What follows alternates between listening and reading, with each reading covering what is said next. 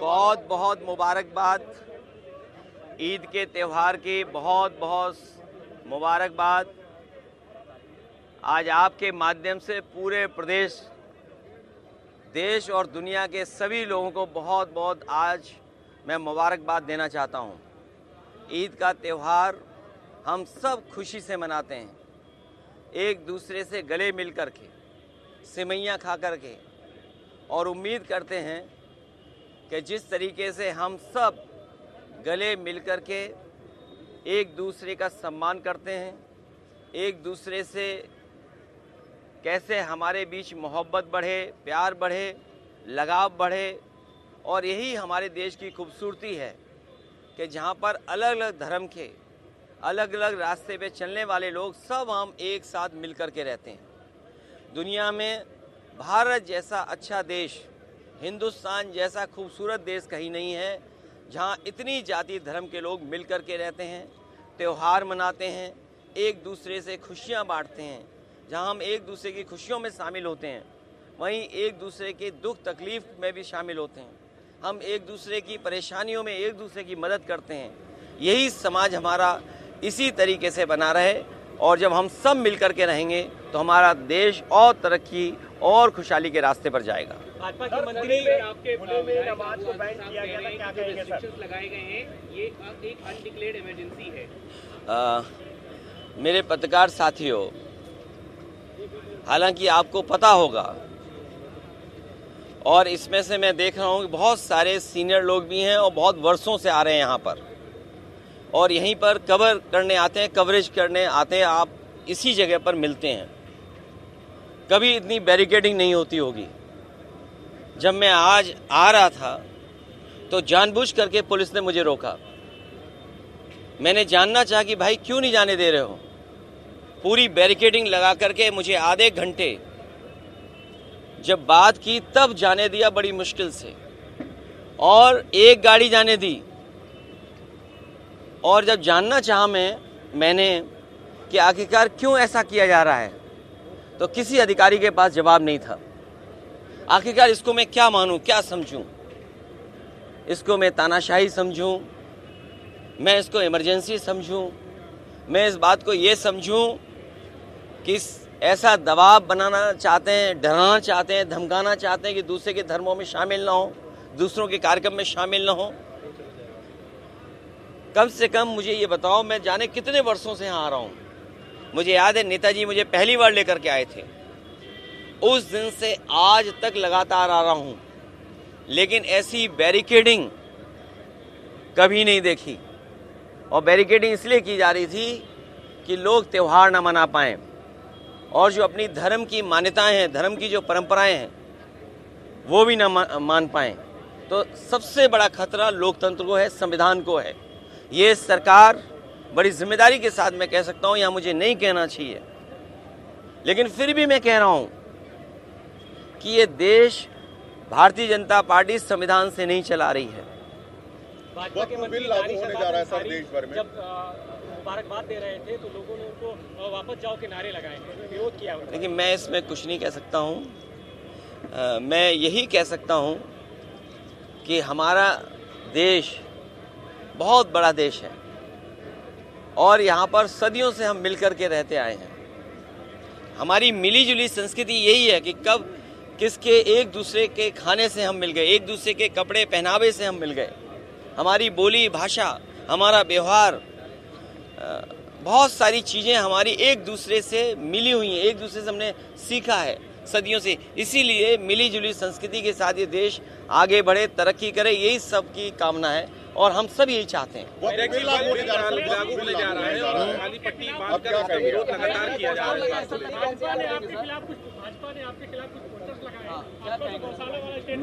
मैं तो भाजपा से कहूँगा, अगर गाय के सवाल पर हमसे बेहतर कौन जानता होगा।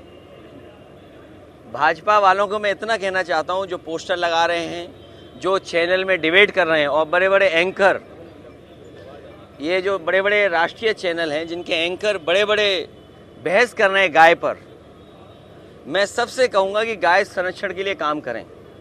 जितनी भी हमारी एंकर महिलाएं हैं, एंकर पुरुष हैं, और जो कंपनियां इन्वेस्ट कर रही हैं इन चैनलों में, मैं उन कंपनियों के मालिक से भी बड़े हाथ जोड़ के निवेदन करूंगा कि वो लोग भी गाय के संरक्षण पे, गाय को के संवर्धन पर, गाय के और हमारी कैसे पले बढ़ें उसके लिए काम करें। और जो बात मैंने कही वो इसलिए कही थी मैंने, क्योंकि भारतीय जनता पार्टी के लोग न गिनती बताएंगे कि गाय और सांड कितनी हैं उनके यहाँ, न गिनती बताएंगे, न मरने वालों की गिनती बताएंगे, और बजट आखिर कहाँ खर्च हो रहा है ये भी नहीं बताएंगे। तो मैं अपने पत्रकार साथियों से कहूँगा, जितनी जिम्मेदारी से मुझे आप जानकारी दे रहे हैं उतनी जिम्मेदारी से संख्या कहलवा दो उनसे, और उस संख्या में एक महीने में कितने लोगों की जान जा रही है गायों की, वो भी संख्या बता दें। और आखिरी में अपनी बात कहता हुआ, ये सब बहस इसलिए भारतीय जनता पार्टी छेड़ती है क्योंकि जो बुनियादी सवाल हैं, किसान की आय दोगुनी होना, नौजवान की नौकरी रोजगार का सवाल, इन्वेस्टमेंट आने का सवाल, महंगाई का सवाल, बिजली महंगी का सवाल, इलाज दवाई है ही नहीं अस्पतालों में, और सबसे बड़ी बात जो छिपाना चाहते हैं वो जो भ्रष्टाचार है, ease of doing corruption, ease of doing and taking commission, ease of doing घोटाला, और उनका ही सबसे प्रिय अधिकारी लापता है, भगोड़ा है, साबित हो गया है। और मैं आपसे कह रहा हूं इतने चैनलों के सामने, मुझे किसी ने जानकारी दी है कि वो आईएएस अधिकारी मुख्यमंत्री आवास में छिपा हुआ है। बड़ी बात नहीं कह रहा हूँ। कौन सा चैनल है आपका, बड़ा चैनल है छोटा चैनल है? ये चैनल का नाम नहीं सुना सर। वक्त बिल को लेकर के तकरार चल रही थी, आप ये नाम नहीं सुना मैंने। सर, आप देश भर में सर वक्त बिल लागू होने वाला है। विधायक नंदकिशोर गुर्जर अपनी सरकार के खिलाफ हमलावर हैं। देखिए, हमलावर नहीं है, हमलावर नहीं है। उन्होंने कहा कि माँ का दूध पिया हो तो, अगर ये बात गलत हो तो बताइए। बिल्कुल सही कहा भाई, जो विधायक है कब दुख तकलीफ में होगा, परेशानी में होगा, उसका अपमान हो रहा होगा, वो अपमान नहीं सहन कर पाया। अपमान जो हुआ उसका, उसने अपनी भाषा गुस्से में निकाल दी। तो अब सोचिए, उन्हीं का विधायक ये कहता हो, उनके अधिकारियों का माँ का दूध याद दिलाता हो। अब अधिकारी जाने और बीजेपी के लोग जाने। अखिलेश जी, सड़कों पे कांवरिया चल सकते हैं तो 5 मिनट की नमाज क्यों नहीं हो सकती? अबू आजमी ये पूछ रहे हैं। वो ठीक कह रही हैं। क्या कहेंगे सर? ममता बनर्जी जी जो कह रही हैं एकदम ठीक कह रही हैं। आज जो ममता बनर्जी जी फेस कर रही हैं बंगाल में, जिस तरह का भारतीय जनता पार्टी झूठा प्रचार कर रही है बंगाल में और बिहार में, इसी तरह का गंदा प्रचार, घटिया प्रचार भारतीय जनता पार्टी ने यूपी में भी किया था, और आप लोग सब जानते हो। लेकिन मैं जानता हूं कि आप भी कुछ नहीं बोलोगे। अबू आजमी क्या कहेंगे सर? वो कांवरिया अगर सड़क पे चल सकते हैं तो नमाज 5 मिनट क्यों नहीं हो सकती? उस बहस में मैं नहीं पढ़ना चाहता हूं, लेकिन जो सड़क है, मेरे साथ कौन चलना चाहता है? अभी सोमवार को कौन चलेगा मेरे साथ? बताइए सर, कहाँ चलना है? हाँ, अच्छा, हाँ, ठीक है। एक हैं देवी, उनके पास हम और आप सब लोग चलेंगे, ठीक है? हम ले चलेंगे आपको, हम लोग ले चलेंगे सर। देखिए, ये मैं आपको बताऊं, आप कहाँ के हो? नहीं, न्यूज़ नहीं, यूपी के हो ना। अगर ये प्लॉट लेना चाहेंगे उत्तराखंड में तो इन्हें 250 मीटर का भी प्लॉट नहीं ले सकते। सोचिए, आप ही के प्रदेश से निकला हुआ बना हुआ प्रदेश, और अगर आप जाना चाहें तो आप वहाँ 250 मीटर का भी प्लॉट नहीं ले सकते। बताइए, आप आपका पड़ोसी प्रदेश, सोचिए ना क्यों।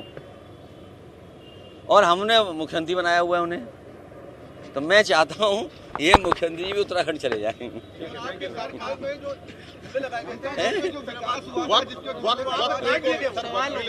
अरे वक्फ बोर्ड, मैंने तुमसे क्या कहा?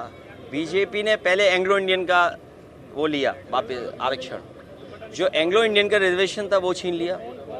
जीएसटी से कहा कि हमारे जो व्यापारी हैं उनको सुविधा मिलेगी, उनको मदद मिलेगी। जीएसटी ने महंगाई बढ़ा दी, व्यापार बर्बाद कर दिया, व्यापारी परेशान कर दिए। नोटबंदी ने ये कहा कि भ्रष्टाचार खत्म हो जाएगा। आप बताइए, कितने का कमीशन का मामला चला है यहाँ पर? ये बंटवारे का झगड़ा है, कमीशन का झगड़ा नहीं था। जब बंटवारा का ठीक होता तो कोई किसी के खिलाफ एफआईआर नहीं होती। ये बंटवारे की वजह से हुआ है। तो आज तक बीजेपी ने जो फैसले लिए हैं उससे पॉलिटिकल लाभ लेने के लिए लिए उन्होंने। जो मोटी बात ये है, जो फैसले, जो कानून, जो संविधान में परिवर्तन भारतीय जनता पार्टी करती है उससे पॉलिटिकल लाभ लेना चाहती है। उससे भारत का विकास, हिंदुस्तान का विकास नहीं होता। और अगर भारत का, हिंदुस्तान का विकास हो रहा होता, चाहे नोटबंदी के फैसले से, चाहे जीएसटी लागू करने के फैसले से, तो आज हमारे 80 करोड़ लोगों को राशन नहीं देना पड़ता।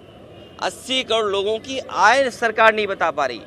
आप वक्फ बोर्ड की बात कर रहे हैं, बीजेपी वालों से पूछिए कि 80 करोड़ लोग जिन्हें आप राशन दे रहे हो उनकी प्रति व्यक्ति आय क्या है। और आपसे बेहतर कौन जानेगा, कोविड के बाद से आपका वेतन नहीं बढ़ा। कल ही आएगा सर ये वक्फ बोर्ड में, सर कल आएगा, क्या करेंगे सर आप लोग वहाँ पे वक्फ बोर्ड? ये जो तुम्हें नहीं पता क्या?